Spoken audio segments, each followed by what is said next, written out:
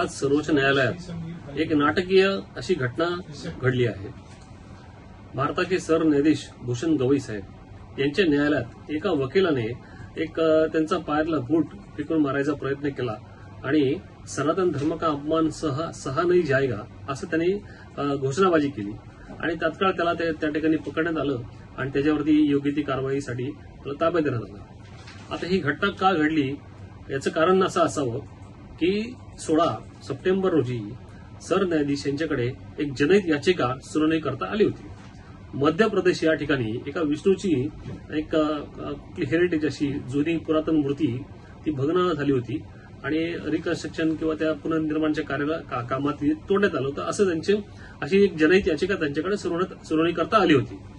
या संदर्भात त्यांची जनहित याचिका सरन्यायाधीशांनी ती फेटाळून लावली आणि त्यामुळे त्यांनी त्यावेळेस त्या याचिकेमध्ये ही याचिका पब्लिक इंटरेस्टसाठी आहे आणि त्यामुळे ही जे विष्णूबद्दल जे भगवान विष्णूबद्दल जे काही बोललं गेलं होतं त्यांनी जे काही कॉमेंट्स केले असं त्या व्यक्तींचं म्हणजे समाज माध्यमामध्ये ही बातमी आली होती। त्यांचं असं म्हणणं होतं हा जो आहे मी तुम्हाला यातला भाग जो आहे तो वाचून दाखवतो। या पिटिशनच्या वेळेस त्यांनी this is purely public interest litigation go and ask the deity himself to do something. If you are saying that you are a strong devotee of Lord Vishnu, then you pray and do something. Do some meditation. So तर त्यामुळे हे असे statement सीजीआयनी त्यावेळेस केलं असल्यामुळे मला असं वाटतं हे जे कोण वकील गृहस्थ होते त्यांनी सर्वोच्च न्यायालयात आज सीजीआय जे श्री भूषणजी गवई जे आहेत साहेब यांच्याकडे हा बूट फेकून मारला आणि याच्यामध्ये त्यांनी हा संपूर्ण न्यायालयाचा संपूर्ण भारत देशातील न्यायालयांचा अपमान केलेला आहे, ज्युडिशरीचा अपमान केलेला आहे आणि त्यामुळे तात्काळ त्या व्यक्तीविरुद्ध कारवाई झालेली आहे। तसेच सुप्रीम कोर्ट ऑफ इंडियाचे जे बार असोसिएशन आहे त्यांनी देखील याची मेंबरशिप रद्द करण्याकरता पावलं उचलली आहेत। तसेच बार काउन्सिल ऑफ इंडियाने देखील याची जी सनद आहे ती कॅन्सल केली आहे आणि आता पुढील जी कारवाई आहे अजून ती होणं अजून बाकी आहे।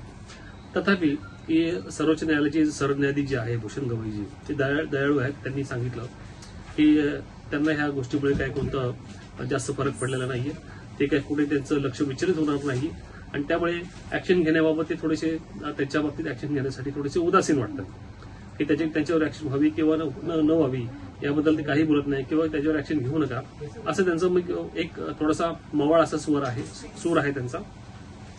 तथापि बार काउन्सिल ऑफ इंडियाने देखील कारवाई केलेली आहे, तसेच सुप्रीम कोर्ट बार असोसिएशनने देखील कारवाई केली आहे।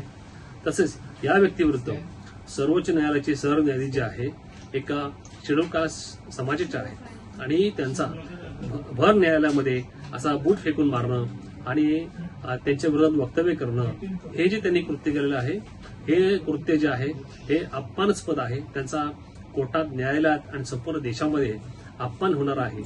त्यामुळे सरन्यायाधीश साहेब जे आहेत हे अनुसूचित जातीमध्ये मोडतात आणि त्यामुळे अशा व्यक्तीचा अपमान हा झालेला आहे आणि त्यामुळे एक भारतातील जो कायदा आहे ते अनुसूचित जाती व जमाती अत्याचार प्रतिबंधक कायदा या देशामध्ये त्यांनी सर्वोच्च न्यायालयाचे जे सरन्यायाधीश आहे त्यांना देखील सोडलेलं नाही।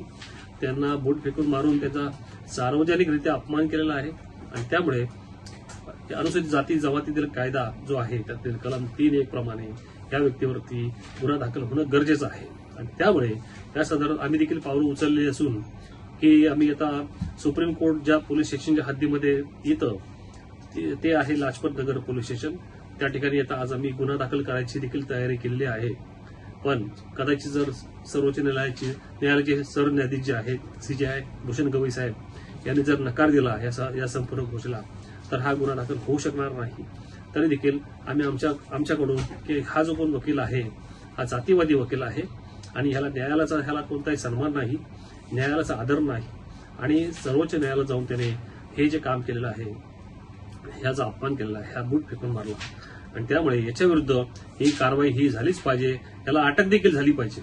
तात्काळ अटक होणं याला गरजेचं आहे जेणेकरून समाजामध्ये संपूर्ण ज्युडिशरीमध्ये एक चांगला मेसेज जाईल की असं करणं म्हणजे आपराधिक कृत्य आहे आणि हे जे कोण वकील गृहस्थ आहेत हे वयस्कर आहेत असं मला माहिती मिळाली आणि त्यामुळे अशा वय झालेल्या मॅच्युअर्ड अगदी परिपक्व अशा बुद्धीचे बुद्धिवादी बुद्धिजीवी असे जे वकील आहेत त्यांनी हा गुन्हा केलेला आहे।